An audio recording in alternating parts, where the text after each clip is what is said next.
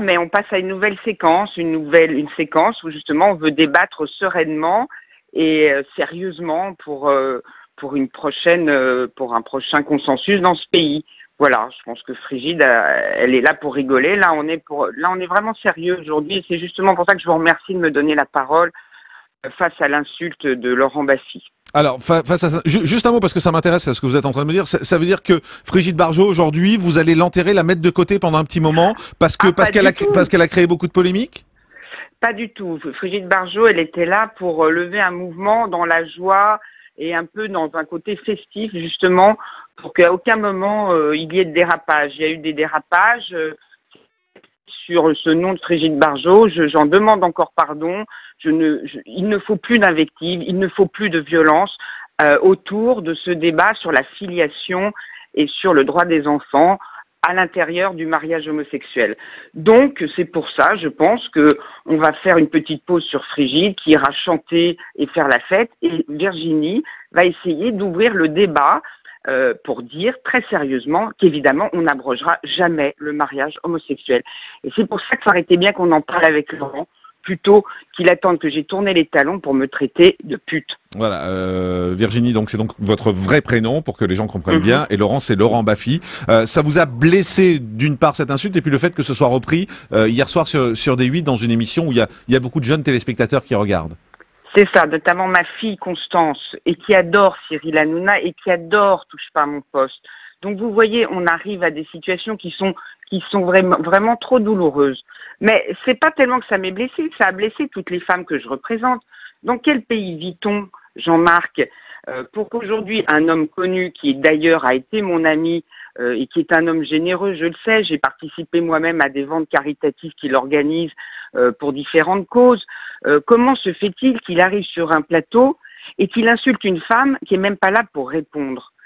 Et qui vient de faire un débat tout à fait correct, cohérent, apaisé, avec Frédéric Mitterrand, avec Vincent Autain, le premier marié homosexuel, et devant Anne-Elisabeth Lemoine.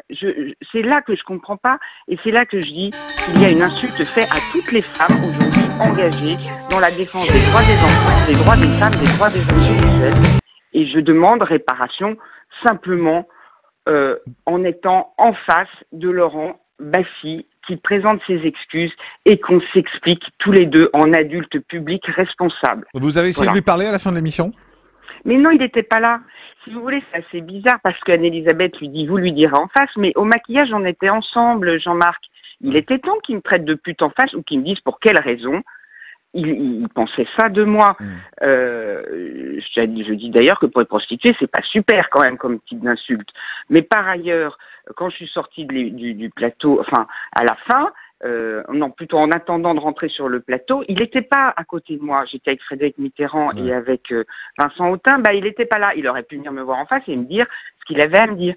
Mais vous disiez que vous le connaissiez, c'est un ami à vous, mais vous pensez pas qu'il fait partie peut-être de ces gens que vous avez déçus?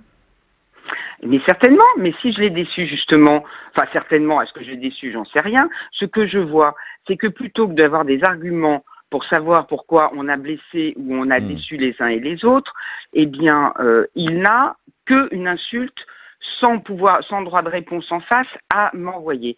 Est-ce que, en fait, face à des gens qui défendent depuis 2 ans, et une majorité en France, en tout cas, il y a la majorité des leaders politiques qui reprennent exactement ce que nous proposons depuis 2 ans, c'est-à-dire une union homosexuelle tout égale en droit, mais on n'intègre pas la filiation dedans. De Alain Juppé à M. Dupont-Aignan, en passant par le maire, M. le maire et M. Sarkozy ne disent rien d'autre.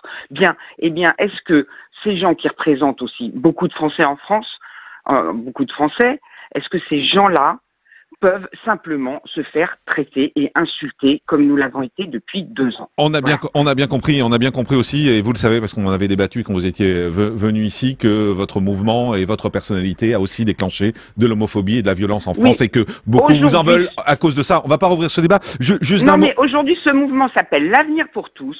Mais c'est trop tard. On peut nous rejoindre et Virginie Tella. Non, c'est pas trop tard. Oui, parce que le passé a existé, donc on ne refait pas, on ne réécrit pas le passé. On l'efface. Non, ça n'existe pas ça. Les douleurs. On n'efface pas le passé. On n'efface pas le passé, c'est dans vos rêves. Ce que je propose, c'est si on peut effectivement avoir un débat avec Laurent Baffy sur une de ces deux antennes, que ça soit France 5 ou bien sur D8, voilà, ou Europe 1 chez vous, très bien. Et justement, on n'effacera pas, mais si on peut calmer les blessures pour ouvrir le débat, eh bien là, effectivement, à l'avenir pour tous, nous aurons gagné et les leaders politiques prouveront qu'ils ne veulent pas abroger. Voilà. En un mot, donc, Brigitte Bardot était dans la rue. Virginie, aujourd'hui, n'est pas d'accord avec Nicolas Sarkozy qui veut l'abrogation. Il ne veut pas l'abrogation du mariage homosexuel. Écoutez, il veut deux mariages. Il veut deux mariages. Un mariage hétéro et un mariage homo. Il veut deux unions qui soient totalement égales sur tous les droits de mariage, ce qu'a ouvert heureusement la loi Taubira. Et il veut réécrire, c'est ce que porte l'avenir pour tous, et je connais Daniel Fasquelle qui a écrit le projet de loi, il y a une proposition de loi, eh bien, il voudra réécrire la loi sur la filiation, c'est-à-dire les droits de l'enfant à connaître. D'un mot, vous êtes d'accord avec lui ?